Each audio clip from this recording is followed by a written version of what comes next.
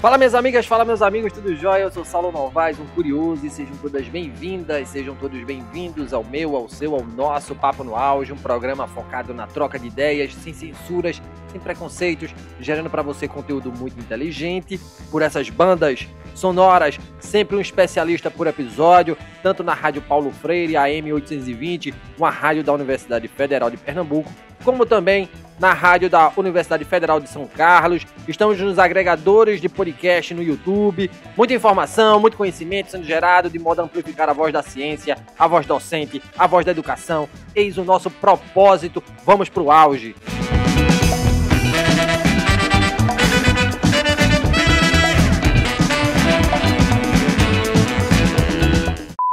As mídias sociais estão mudando e transformando a maneira como interagimos, seja nos relacionamentos mais próximos, seja no relacionamento com a comunidade onde vivemos, seja na relação entre empresas e consumidores e entre empresas com outras empresas. E para ratificar isso, eis alguns dados. Quase metade da população mundial usa mídias sociais. Um usuário gasta, em média, mais de 2 horas por dia nas plataformas de mídias sociais e no Brasil, o tempo rolando a tela do celular passa das 3 horas. Quase 40% de pequenas empresas usam anúncios de mídia social para gerar receita.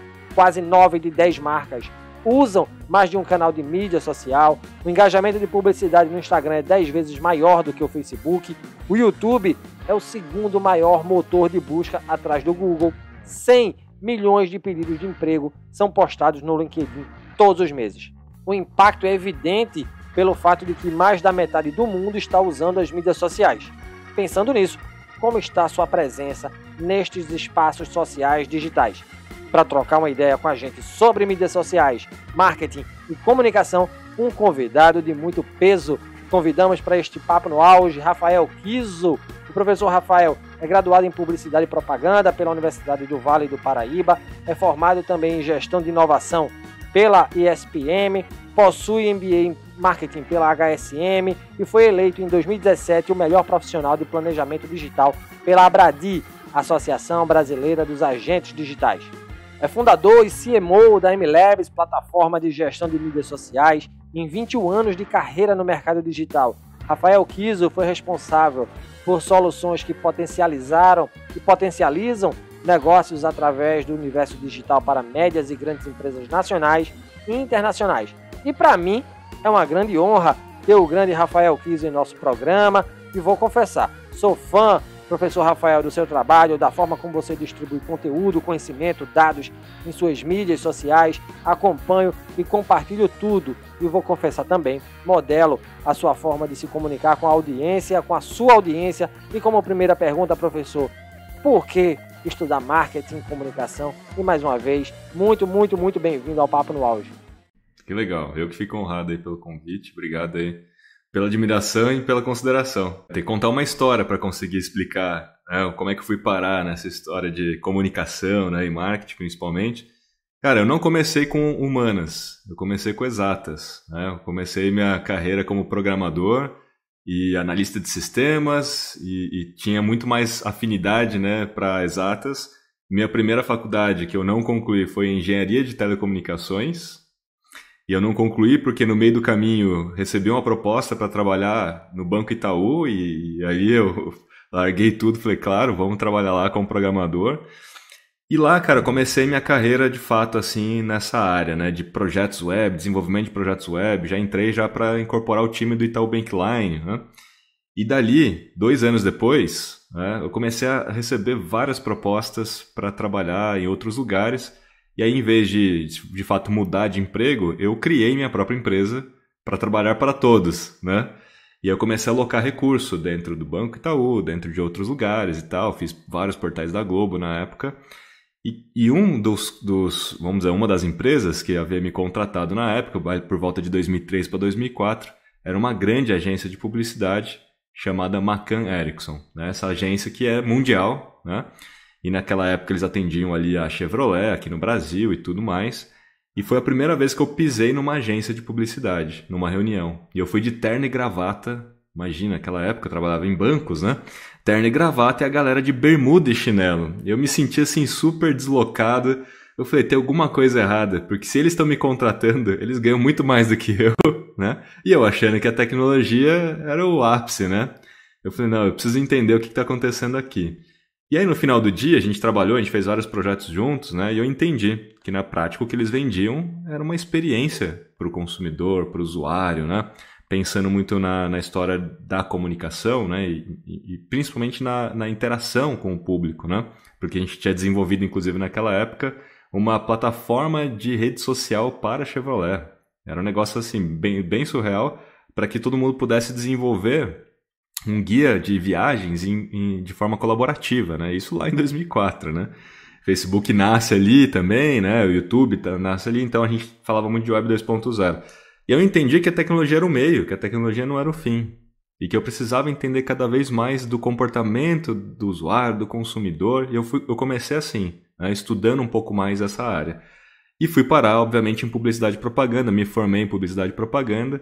Depois um pouco mais fui para a SPM, fiz uma série de cursos, especializações, fiz MBA em marketing e aí eu fui juntando as peças, né? Fui fazendo essa fusão entre humanas e exatas, eu falo até hoje, né? Entre ciências, entre artes e ciência, né? Porque a grande questão é essa, quando você consegue juntar as duas coisas e tomar decisões com base em dados, né? Mesmo que seja para criação, né? E tal. Então, esse é um pouco aí do porquê que eu fui parar aí, né? Porque aquilo lá me coçou, né? Eu falei, tem alguma coisa errada, eu preciso entender melhor.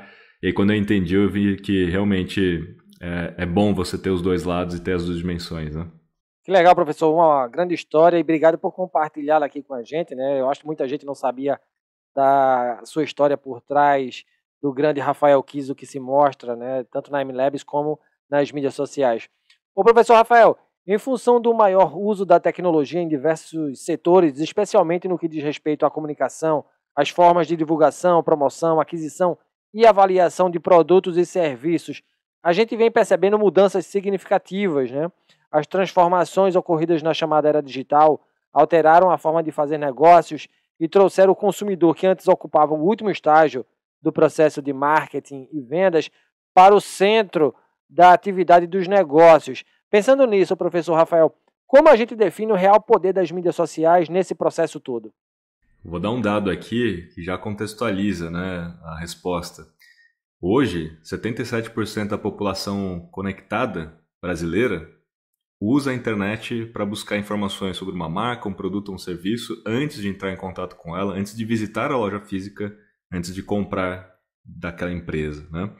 Isso significa que 77% das vendas em potencial de um negócio depende da sua presença digital. Estou falando das vendas em potencial, não das vendas que eles já fazem hoje, né?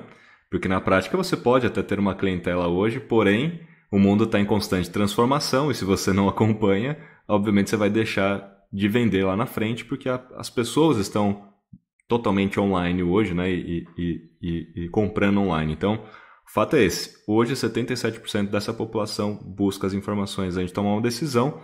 E dentro desse contexto, 63% usam as mídias sociais para buscar esse tipo de informação. E 57% usam os buscadores, o Google. Então, pela primeira vez na história, né, as mídias sociais se tornam protagonistas quando a gente fala da busca e não mais o Google, né? Obviamente que o Google ainda tem o seu protagonismo no sentido assim, do volume de buscas de diversas formas, não só para consumo, né? Às vezes a pessoa está procurando sobre um sintoma, ela não vai procurar isso no mídia social, mas para a relação de consumo, né? Consumir produtos, marcas, serviços ou procurar informações sobre uma marca, a mídia social está sendo bem mais usada. É só a gente parar para pensar, né? Hoje a gente entra no Instagram e procura informação sobre um negócio antes de ir no Google. Antigamente a gente abria, né, o computador, o browser e ia no Google primeiro. Hoje a gente primeiro procura alguma coisa ali no Instagram, por exemplo. Então, isso vai mostrando, né, pra gente o poder que tem não só a internet, mas principalmente as mídias sociais para os negócios. Se você não tiver presente não só com o site, né, porque o site ainda tem sua importância, né, mas também nas mídias sociais, você vai deixar de vender e fatalmente vai morrer. Então, assim, o negócio ele tem o seu declínio dado, né? Principalmente depois de 2020, ali, com a pandemia e tal, onde houve uma aceleração desse processo de transformação digital, caiu a ficha para todo mundo, né, que se você não fosse para online, não tinha escapatória. Ou morre, ou fecha a porta, ou vai para online. Né? E aí a gente teve um pico de buscas no Google sobre marketing digital, sobre mídias sociais, em abril de 2020, eu me recordo até hoje. Um pico de buscas, o que demonstrou realmente a maioria esmagadora das empresas ainda nem estavam pensando nisso. Né? Então sim, é um impacto muito grande. Esses dois números macro, né, já dão para a gente o quanto que as pessoas precisam, os negócios principalmente, né, precisam se preocupar em estar. Mas não é estar de qualquer forma, tem que ter frequência e consistência. Né? E a maioria dos negócios, quando passa a entrar numa mídia social para ter presença, passa a fazer panfletagem digital. Ela começa a tentar reproduzir aquilo que era feito nos canais offline. Né? Vou fazer um flyer, vou fazer uma propaganda, vou fazer um spot na rádio. Né? E o jogo nas mídias sociais é totalmente diferente. É um canal de relacionamento em primeira instância, né? E não um canal de propaganda. Apesar de que o modelo de negócio das mídias sociais é propaganda, né? Mas como negócio, você precisa primeiro, em primeira instância, se posicionar como uma pessoa também. Para se relacionar, para dialogar e entregar conteúdo de valor, conquistar, né? E cativar as pessoas. Porque a consequência disso é você ter uma maior lembrança de marca, intenção de compra e vendas, né? Então, esse é o contexto aí do que eu enxergo, né, o grande impacto nesse momento. Sensacional, professor. E aí, agora a gente indo mais além e lançando mão do conceito de marketing, entendendo essa nova dinâmica aí ditada por mídias sociais que você falou muito bem, né, e as suas redes, em que todo mundo é uma marca, qual é o risco, né, e aí ratificando, para CPFs e CNPJs ao subestimar estratégias de marketing voltadas para o digital, professor Rafael? Eu acho que tem um ponto aí, né? Atualmente, parte das estratégias é você humanizar a marca, né? E quando a gente vai para as mídias sociais, você tem um possível, né? Uma possível tática, que é uma tática até mais avançada, de você ter a presença digital tanto da marca em si, quanto dos seus líderes, né? E aí os próprios líderes também passam a criar conteúdo nas suas mídias sociais pessoais, criando a sua autoridade, transferindo essa sua autoridade para a marca, né? Então, esse é um ponto que está acontecendo agora e que é muito legal dizer, porque é relativamente avançado, mas ao mesmo tempo é uma consequência do que vai acontecer de qualquer forma. Por quê? Porque as pessoas, os consumidores, os CPFs, eles esperam que os líderes desses negócios todos se posicionem online, né? Eles não enxergam mais apenas, né, a marca, eles querem seguir os seus líderes, né? Eles querem seguir lá o dono da marca A, da marca B, e querem, obviamente, se inspirar nessas pessoas, né? E hoje, qualquer negócio que vende alguma coisa deveria ser autoridade nisso que vende, certo?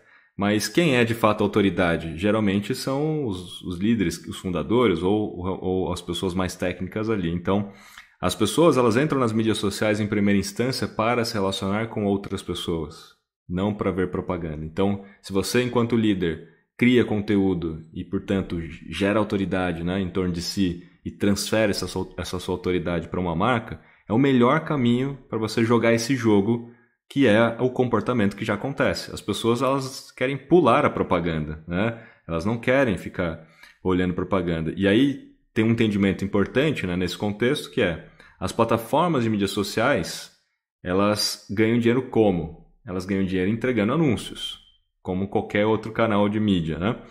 Mas para elas entregarem anúncios, né, elas precisam de usuários e precisam reter esses usuários para ter mais grade de inserção. Usuários elas têm aos montes. O Instagram está com 125 milhões de usuários, o Facebook com 121, o TikTok com 82 milhões, e aí vai. Então, usuários eles têm um monte. O fato é que a retenção se tornou tão importante quanto o número de usuários. Porque se eu tenho um usuário por 30 segundos, eu não tenho capacidade de ficar entregando muita coisa. E na hora que a retenção se passa a ser o fundamento, né, desse modelo, o jogo de entretenimento passa a fazer muito mais sentido para qualquer plataforma. Porque o entretenimento é o que mais retém, né? Por isso que a gente ficou durante décadas na frente de uma televisão sentado no sofá, né? Então o entretenimento é um negócio que entretém, o entretenimento é um negócio que retém, né? E aí quando a gente vê o TikTok, né, se posicionando como um aplicativo de infotenimento, né, que entretém, educa, informa, com microlearning, né, e tal, e aí ele passa a ter muito mais usuários passando tempo lá do que no Instagram. Eles têm menos usuários, no entanto, os usuários passam mais tempo no TikTok no Brasil por dia do que no próprio Instagram. Aí o Instagram começa a correr atrás do jogo. Falando, opa, vamos lançar aqui o Reels, vamos fazer esse jogo também. E quem são os protagonistas do infotenimento? Os creators, né? Então a gente tem essa peça aí nesse jogo, que são os creators, e por isso que eles ganham dinheiro, eles são monetizados, né, para ajudar a reter os usuários. Porque eles que criam os conteúdos que retêm os usuários. E eu só dei todo esse contexto, por quê? Porque uma marca, então, sabendo que as pessoas entram nas mídias sociais para se relacionar com outras pessoas, e sabendo que as plataformas precisam reter os usuários, entendendo essa lógica, primeiro, você enquanto marca tem que se portar como uma pessoa, tanto a marca quanto colocar os seus líderes para criar conteúdo, e segundo, fazer infotenimento para ajudar a reter essa galera dentro das plataformas, porque o infotenimento é o que eles vão adorar viralizar. Se você fizer propaganda, não ajuda a reter. As pessoas querem pular propaganda, querem sair da plataforma de mídia social. Então essa é a lógica, né? Se você fizer um conteúdo que ajuda a reter, eles vão te viralizar, você vai se dar muito bem nesse espaço, né? E vai conquistar muito mais resultados. Ô, professor Rafael, em um mundo que flerta hoje com a Web 3.0, né, cujos atributos se pautam em 3 grandes pilares aí, descentralização, privacidade e virtualização. Qual é o papel das mídias sociais nesse novo contexto que se mostra, né? Como é que as pessoas vão se comunicar, vender produtos e serviços na web semântica? A Web 3.0 é conceitual, né? Porque a gente vai vivendo essa migração para essa Web 3.0. Então, tem aspectos dessa Web 3.0 que a gente já está vivendo e tem aspectos que a gente viverá ainda, né? Com base aí naquilo que está sendo desenvolvido. Para a gente falar de Web 3.0 é legal olhar um pouco da Web 1, então Web 2, né, para quem está aqui nos escutando ou nos ouvindo, entenda, né? Bom, lá atrás, né, cara, quando a gente começou a entrar na internet, em 95, né, a gente, lembrando um pouco desse contexto, era uma internet muito mais baseada em download, porque a conexão era muito lenta, né, e a conectividade era pouca também. Então, ali a gente estava limitado, né, a texto. A baixar texto, no máximo talvez um ASCII, lá um GIF, um negocinho assim, né?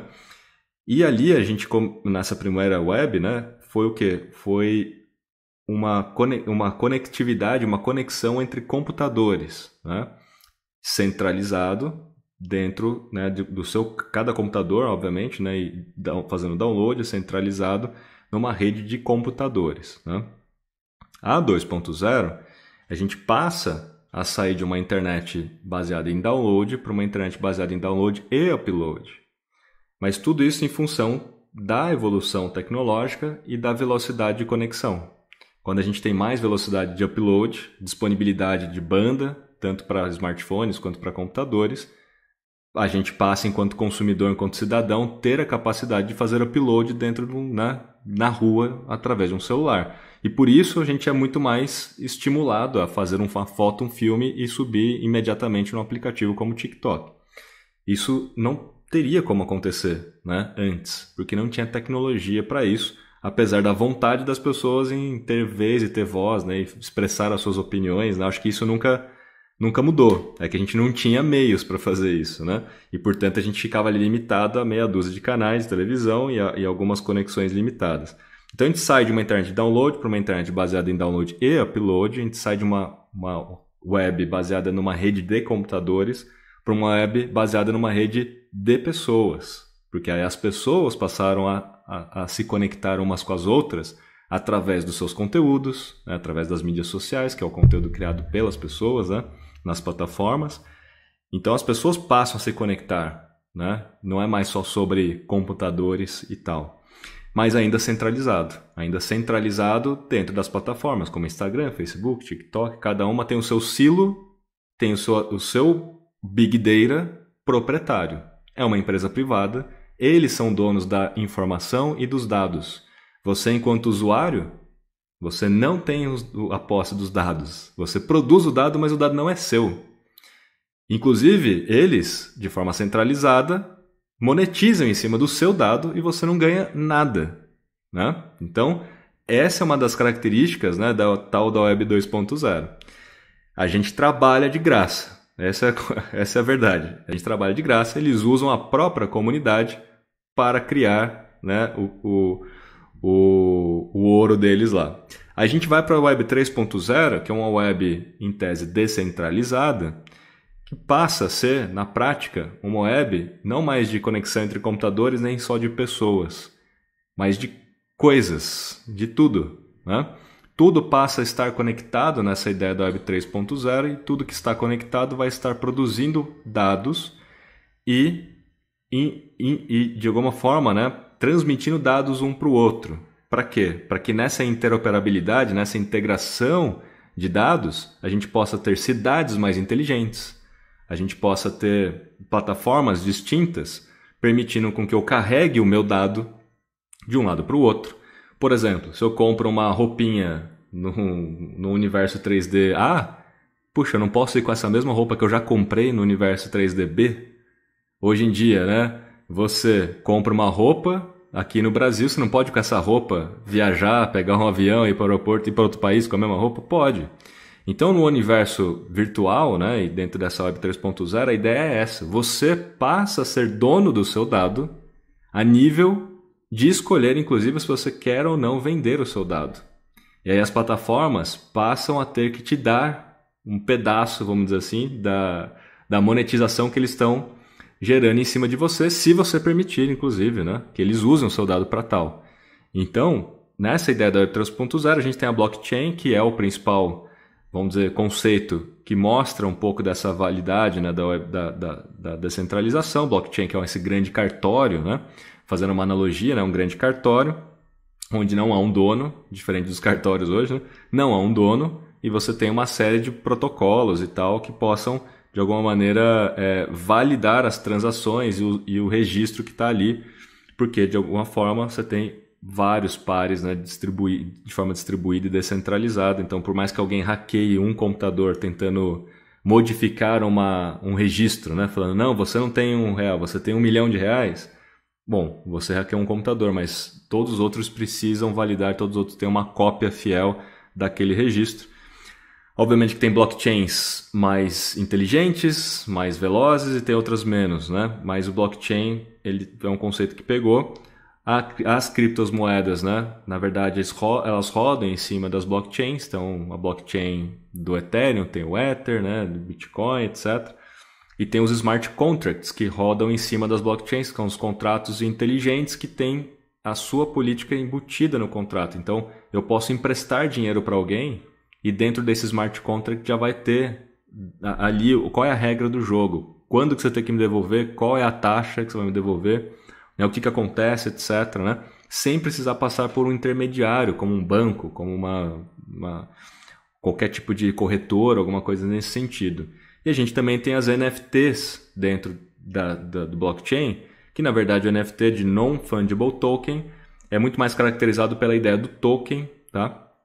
Porque o token são certificados, né? O token é aquilo que certifica que aquilo de fato aconteceu, que você tem aquela posse, que você tem aquilo, né? Então, se você tem um Bitcoin, você tem um token associado ao Bitcoin. Só que existem os tokens fungíveis e os tokens não fungíveis. Inclusive, o não fungível vem do setor jurídico. Esse termo já existia, né? Então, o que é o fungível? Se eu tenho um Bitcoin e você tem um Bitcoin, ambos têm um token que validam isso na blockchain, mas o valor do Bitcoin é o mesmo. O meu 1 Bitcoin tem o mesmo valor do seu 1 Bitcoin. Agora, se você tem uma arte digital, que é o que começou toda essa história em cima de artes, né? Se você tem uma arte digital, por mais que você dê um Ctrl+C ou um Ctrl+V nessa arte, quem é o dono de fato da arte original, né, tem mais valor. Então, um token não fungível, por mais que você copie e cole uma arte. Porque a história é o seguinte, né? A gente está evoluindo, conforme a tecnologia vai evoluindo, o comportamento da sociedade vai mudando, né? Porque é a tecnologia que molda o comportamento da sociedade. Então, quando a gente coloca na perspectiva de um quadro de Picasso na minha parede, né? Cara, aquilo tem um valor e vai se valorizando, inclusive com o tempo, porque eu tenho o original. Por mais que alguém faça uma cópia fiel, Aí vem o especialista e vê, não, mas isso aqui é uma cópia. Essa cópia é barata, não vale nada, que vale a original que o Rafael tem na parede dele. Mas nesse mundo mais virtual e cada vez mais virtual, por que não as artes digitais, os artistas, né, do futuro, não poderiam ter suas artes valorizadas da mesma forma? Até então não, porque todo mundo poderia copiar e colar aquilo, né, sem nenhum tipo de validação. Então os tokens não fungíveis, eles acabam criando esse certificado e valorizam qualquer tipo de coisa, de alguma forma, que tem um valor único, né? Que não pode ser duplicado pelo mesmo valor. Começou com artes, mas isso vai longe. E aí vai longe como? Para agora responder ali a primeira pergunta. Porque hoje os creators, né, eles são artistas. O conteúdo que eu crio, Rafael, de alguma maneira, tem valor, né? E eu posso, de alguma maneira, vender aquilo como uma NFT, ou posso criar conteúdos exclusivos e criar um modelo de assinatura, ou quem comprou minha NFT do Rafael tem acesso ao meus stories exclusivos, ou tem acesso aos meus conteúdos exclusivos. Eu, enquanto perfil nas redes sociais, ou enquanto marca também, eu posso criar um social token. Eu posso criar um social token que vai ser um token, quase que uma ideia de uma moeda, de uma criptomoeda, né? Falando assim, ó, quando você me seguir, eu vou te dar um token, eu vou te dar um certificado de que você realmente é um seguidor meu, tal, beleza, que você está me apoiando, né? E aquele token, ele se valoriza. Por quê? Porque hoje eu tenho 1.000 seguidores, amanhã eu tenho 1 milhão de seguidores, você que me apoiou lá quando eu tinha 1.000, agora que eu tenho 1 milhão, aquele token se valorizou, né? E esse token, ele cria, de alguma maneira, uma criptoeconomia em torno do creator, em torno da marca, né? E você pode vender conteúdos, vender produtos, vender o que você quiser, né? Baseado nessa criptoeconomia, sem movimentar R$1, $1, né? Só com o dinheiro baseado ali no dinheiro que você inventou. Tipo o Kiso, né, Rafael Kiso? Kiso Coin. Eu posso criar o Kiso Coin e dentro da minha comunidade, das pessoas que me seguem e eu, a gente fica transacionando tudo em KizoCoin. Eu faço um curso e vendo em KizoCoin. Tá tudo certo, a gente vai criando uma criptomoeda. Isso é uma forma descentralizada, né? Porque eu não dependo da moeda de alguém e não dependo da própria plataforma, seja ela qual for, né? Então, essa é uma das maneiras no qual, dentro da Web 3.0, as pessoas vão poder, de alguma maneira, estar ali presente, monetizando, né? Não só comprando e vendendo NFTs como forma de investimento, mas criando as suas próprias criptoeconomias. E só para dar um exemplo tangível, já tem plataformas fazendo isso. Uma delas é a Rayleigh.io. Então, qualquer um que é creator pode entrar lá agora e criar a sua criptomoeda e criar o seu token e começar a fazer isso. Já tem, se você entrar no mercado Bitcoin, você já tem todos os times de futebol vendendo tokens. Então, você tem o token do Corinthians, tem o token do Flamengo, porque ali fica mais evidente, você tem fãs, você tem uma comunidade. Se eu compro o token do Corinthians, o Corinthians é campeão, aquele token se valoriza, né? E eu tenho minhas vantagens lá, se eu tiver o token do Corinthians como fã. É quase que uma ideia, né, que eu acho que eles já vendiam, né, essa história de fãs, né? Os fã-clubes, né? Eles já estão um pouco mais à frente nesse sentido, mas isso serve também para uma marca que tem brand lovers, né? Os Mac maníacos, a galera que ama determinadas marcas, vai conseguir se privilegiar nessa ideia. O professor Rafael, entendendo, né, que essa web semântica que você falou tão bem aí, né, tem a proposta de tornar a rede mais acessível em nível de informações, de facilitar a vida dos usuários, organizando conteúdos, entendendo que a gente entra na era da algoritmização, né? É possível dizer que nós, enquanto humanidade, seremos cada vez mais dependentes de robôs e de processos automatizados, cada vez mais reféns das big techs, né? Instagram, Google, Facebook, enfim, TikTok, que irão ampliar ainda mais o poder de influência sobre os seus usuários, professor? Na minha opinião, sim. A gente vai ficar mais dependente, sim. Por quê? Porque o mundo está ficando mais complexo. E não tem como você vencer essa complexidade sem inteligência artificial, sem algum nível de automação, sem algum nível de robô, sem algum nível de plataforma, né, que esteja ajudando, né, as pessoas de alguma forma a tomar uma decisão mais rápida, ou a ser mais produtivo, né, ou a entender de forma mais rapidamente o que está acontecendo. Então, vai ser humanamente impossível a gente vencer a complexidade, porque a complexidade está se multiplicando, né, na enésima potência a cada ano, né? Então não é só mais uma plataforma de mídia social que nasce, né? A gente tem várias coisas acontecendo, como por exemplo a SOB 3.0, a gente está falando de inteligência artificial realmente no nível mais avançado, a gente está falando de Open, né, Innovation, a gente está falando de IoT, né, de internet das coisas. A gente começou a ver agora, né, os carros autônomos, né, e os carros autônomos por sua vez são conectados, e aí você tem carros diferentes, de marcas diferentes, precisam se comunicar, e precisam se comunicar com o pavimento, precisam se comunicar com o farol. Então, é um nível de complexidade onde a gente vai ter coisas se conversando, e não mais como na Web 2.0, que era pessoas se conversando. Não, a gente estava falando de 5, né? A gente chegou a 5 bilhões de pessoas conectadas no mundo, mas quando a gente olha para a IoT, a gente está falando de 300 bilhões de coisas conectadas, né? O tênis vai estar conectado, e o tênis conectado vai estar transmitindo um dado para alguma coisa, seja para o seu aplicativo de saúde, seja para algum portal que vai personalizar a mídia para você com base na forma como você usa o tênis, né? O seu óculos vai estar conectado, o seu carro conectado, a sua televisão já é conectada, né? Então o óculos a gente passa, né, a ter o óculos da Ray-Ban Stories, a gente passa a ter o Oculus Quest, a gente passa a ter os gadgets todos. Isso é só o início da hibridização, né? Da gente começar a sermos seres híbridos, né? Que são a ideia da gente ser um ser híbrido, mas no sentido de ter alguma coisa aumentada, né? Não é só a realidade que vai ser aumentada, não é a realidade aumentada, mas a gente vai ter partes do nosso corpo aumentados, como no caso do Elon Musk querendo fazer o Neuralink, né?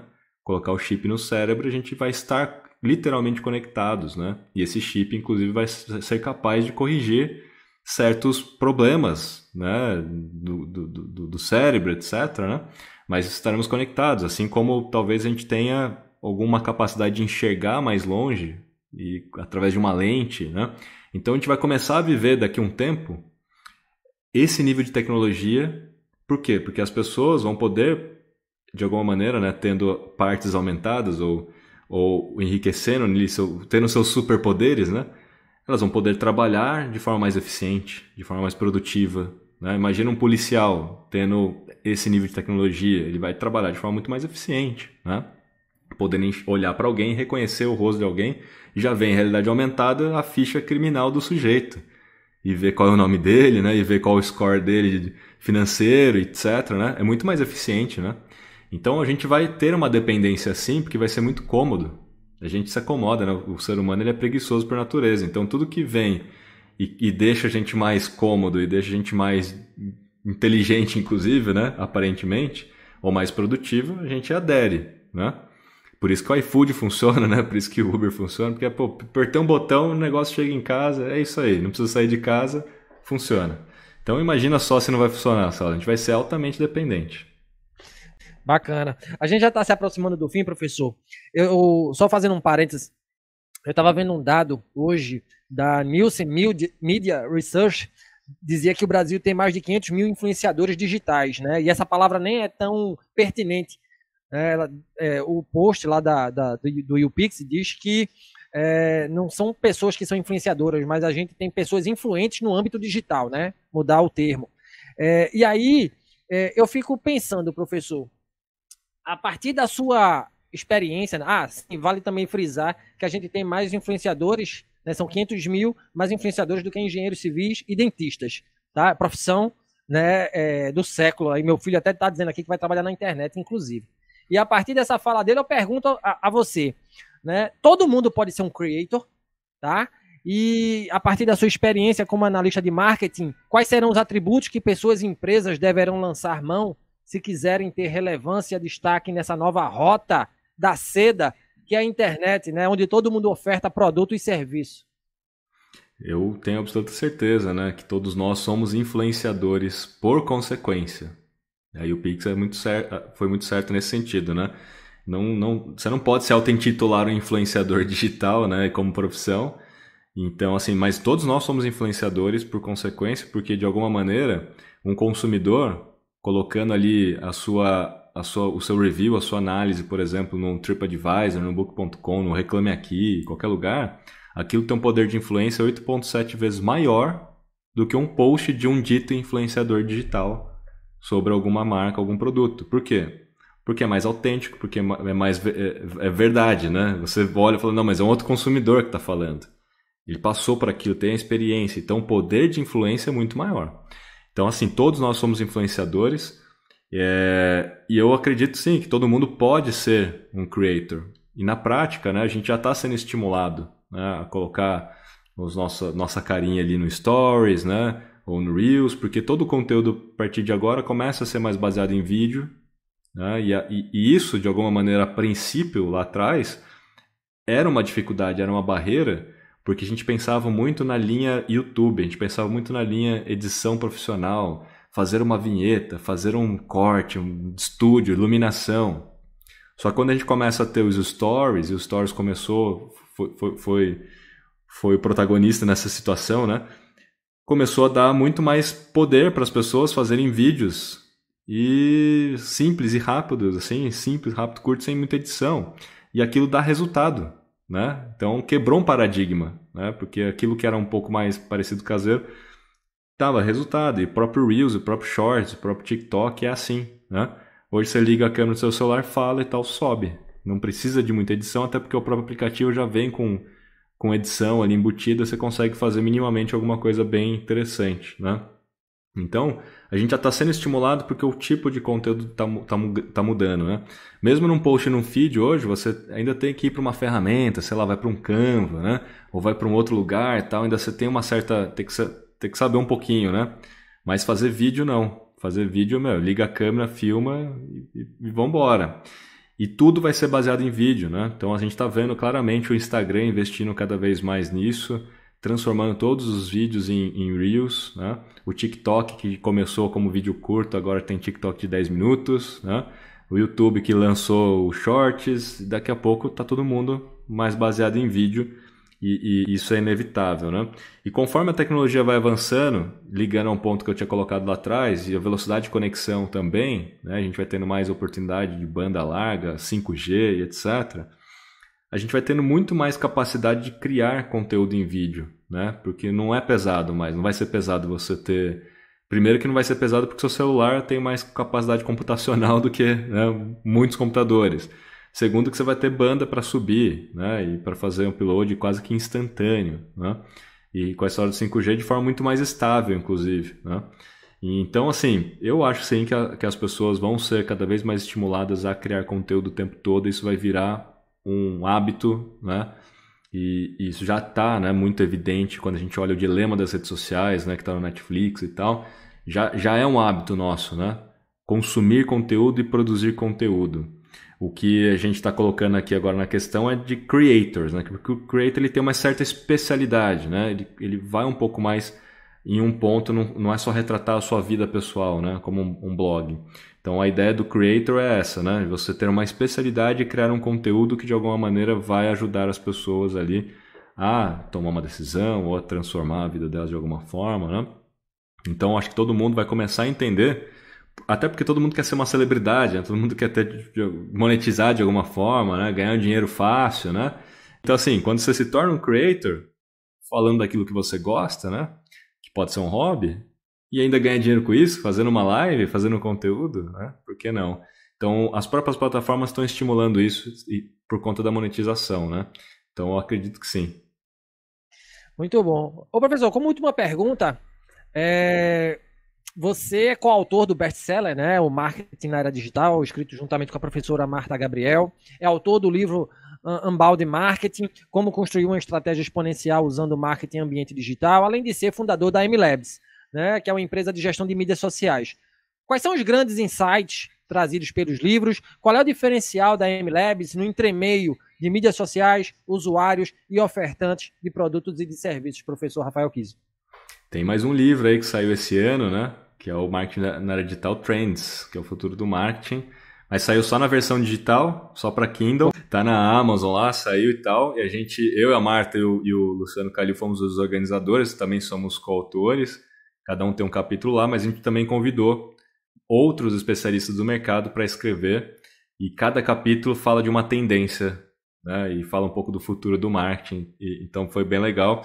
E a gente desenvolveu um podcast em cima disso, que é o podcast Marketing na Era Digital Trends, que está aí no Spotify, está no YouTube também, que está muito bacana, né? Então, temos 3 livros aí que falam sobre esses assuntos, né, de estratégia, de marketing, plataformas. E assim, o marketing na era digital, ele é quase que uma grande, vamos dizer assim, enciclopédia, né, do marketing, né, em ambiente digital, porque a gente fala sobre todas as plataformas, todas as tecnologias, todas as possíveis táticas que existem dentro desse ambiente, né? Então você tem ali um leque muito grande para entender esse universo como um todo. Já o Unbound Marketing, ele te traz uma metodologia para construir uma estratégia baseada em 5 passos, né? Então, até na sequência, né, faria sentido você ler o Marketing na Era Digital, depois o Unbound Marketing para construir uma estratégia, entendendo todas as possibilidades, né, que você tem. E o Trends fala sobre futuro. Aí o Trends é mais assim, li o Marketing na Era Digital, entendi como é que é o jogo, qual é o terreno e quais são as peças. Entendi como fazer uma estratégia dentro desse jogo, com o Unbound, né? Agora o Trends te mostra para onde você pode ir, né, e se preparar para esse futuro. Então foi essa sequência aí que a gente desenvolveu. E a MLabs, que é uma plataforma também, então foi uma das startups pioneiras aqui no Brasil, né, startups de marketing, né, então a Martech. A gente ganhou vários prêmios, inclusive como melhor startup de marketing. A gente também, cara, foi uma startup assim, muito focada em ajudar os pequenos negócios na sua presença digital. Quando a gente nasceu, não tinham ferramentas profissionais para isso, eram todas internacionais, baseadas em dólar, muito caro, e só os grandes tinham acesso a essas ferramentas, né? Então a gente nasceu com um propósito muito grande já, de empoderar os pequenos, criando ferramentas acessíveis para ajudá-los aí no marketing em mídias sociais principalmente, né? E a gente, diante desse propósito, a gente também, cara, cria muito conteúdo, muita educação, muito curso, tem muito curso gratuito, né? Tem um curso gratuito nosso que tem mais de 100 mil alunos. Então, assim, a gente tem esse viés, de fato, baseado no propósito, né, de ajudar os negócios. Então, quem quiser, segue lá, Social MLabs no Instagram, vocês vão ver, tem muito conteúdo bacana e tem muito curso grátis, então fica aqui a dica. E chegamos ao fim do grande Papo no Auge de hoje, com a gente o Rafael Kiso, CMO da MLabs, um grande conteúdo aqui para você, espero que você tenha gostado. Rafael, eu só tenho a agradecer por sua presença aqui no Papo no Auge, uma grande honra ouvir, né, em primeira mão aqui a sua voz e poder compartilhar isso para a nossa rede.